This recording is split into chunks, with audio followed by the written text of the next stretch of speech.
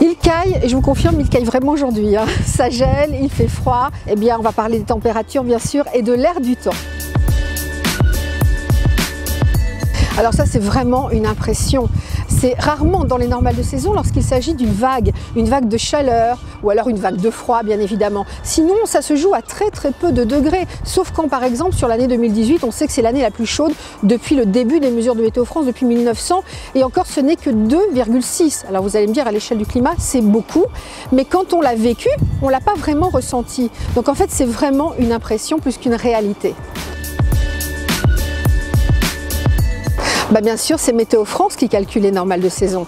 Comment? En se basant sur une période de 30 ans. Actuellement, par exemple, on est en train de se baser sur des données recueillies depuis 1981 jusqu'à 2010. Et puis, ils étudient des données par dizaines de jours, c'est-à-dire par mois, du 1er au 10, du 10 au 20, du 20 à la fin du mois, en se basant sur les 50 stations météo qui sont réparties sur tout le territoire.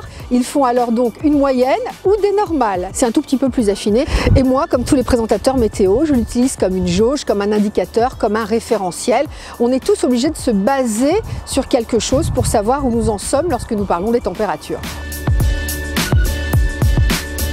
Alors le temps aura sans doute perdu de son sens si on ne réagit pas assez vite, ça c'est certain, mais pas les normales de saison. Les normales de saison, elles sont toujours réévaluées tous les 10 ans par Météo France, donc elles suivent l'évolution du climat. Donc elles auront toujours du sens, on aura toujours besoin de ce référentiel et on en aura peut-être même besoin plus qu'avant, puisque c'est vrai que d'après les derniers modèles, elles sont de plus en plus hautes.